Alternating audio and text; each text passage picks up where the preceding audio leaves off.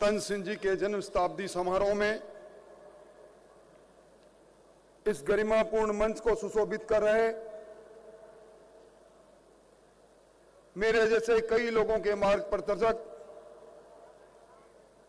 संघ संरक्षक,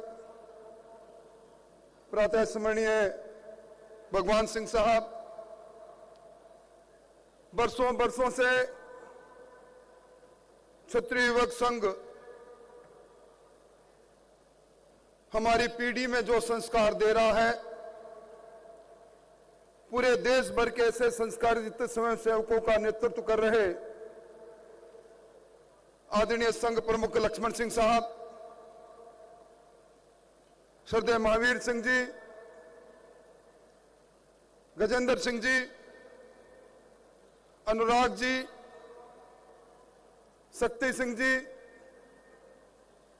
और आज इस गरिमापूर्ण समारोह में इस मुल्क के कोने कोने से आए स्वर्गीय तन सिंह जी के विचारों में, उनके जीवन दर्शन में विश्वास रखने वाले सहजातीय बंधुओं, कार्यक्रम के साक्षी बने श्रेष्ठ और ज्येष्ठ गणमान्य नागरिक वृंद, सबसे पहले मैं स्वागत करना चाहूंगा इस महाकुंभ में। देश की राजधानी में आज का यह दृश्य ऐतिहासिक पन्नों में जाएगा। केसरिया रंग से सरोबार इस स्टेडियम में जो आज दृश्य उपस्थित है, भूतों न भविष्यत है, इस प्रकार का अनुशासन और इस प्रकार का दृश्य फिर देखने को मिलेगा। पूज्य तन सिंह जी की जन्म शताब्दी समारोह में मैं एकत्रित हुए हैं। तन सिंह जी के बारे में मुझसे पहले कई वक्ताओं ने कहा, अगर मैं कहूं कि तन सिंह जी महामानव के रूप में एक विचार थे, एक जीवन संस्कृति के अगवा थे, एक संस्कार को स्थापित करने वाले महामानव थे, उनके जीवन के मानदंड, उनके द्वारा स्थापित किए गए मापदंड निश्चित तौर पर श्रेष्ठ नागरिक बनाने की ओर हम सब लोगों को सदैव प्रेरित करते रहेंगे। दशकों पहले राजस्थान के छोटे से गांव के छोटे से कमरे में जिस क्षत्रिय युवक संघ ने जन्म लिया, छोटे से पौधे का विराट रूप वट वृक्ष के रूप में आज हमारे सामने उपस्थित है। यह चरित्र निर्माण का कारखाना, संस्कार निर्माण का कारखाना चरियते के सिद्धांत से लगातार चल रहा है। कितने वर्ष बीत गए। 1956 में पूज्य तन सिंह जी की वो पुस्तक समाज का चरित्र क्या होना चाहिए आज भी समसामयिक है।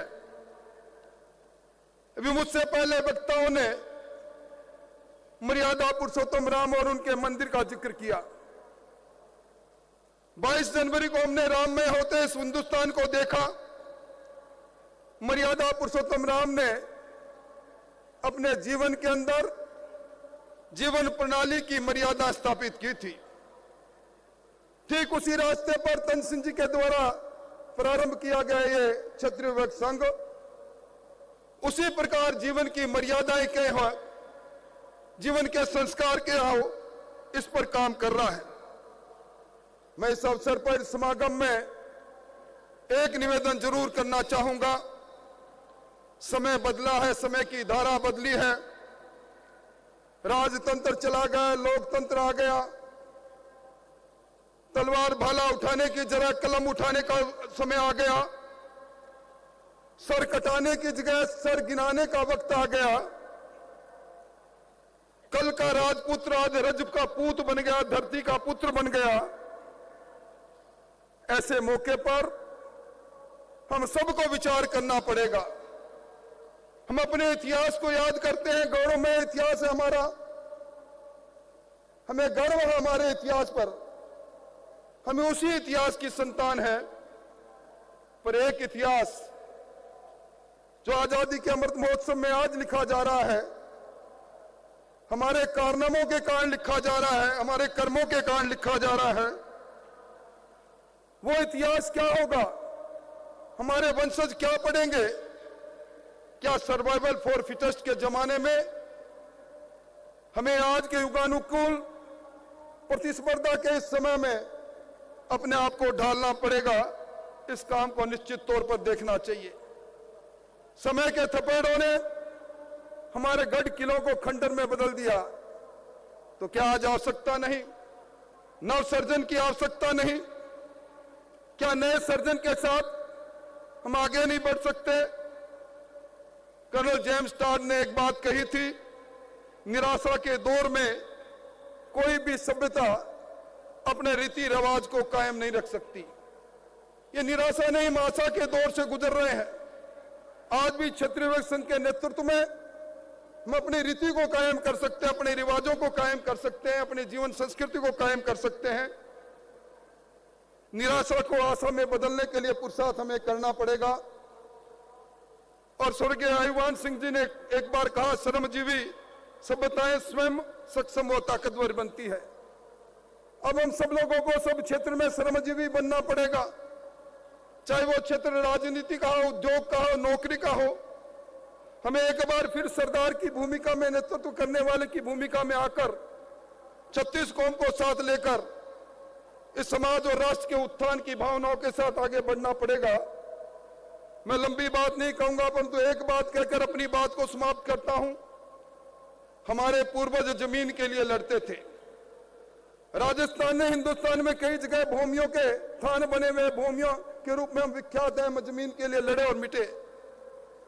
आज हमारा नौजवान पुरखों की जमीन बेचने में देर नहीं लगाता। हम गांव छोड़ रहे हैं, शहर की तरफ जा रहे हैं, हम जड़ों से कट रहे हैं। इस बात पर भी निश्चित तौर पर हमें ध्यान देना पड़ेगा।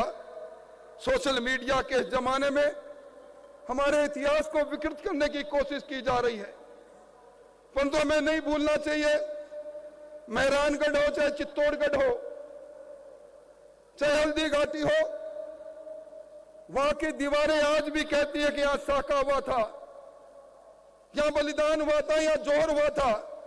हमारे इतिहास को कोई मिटा पाए, यह संभव नहीं।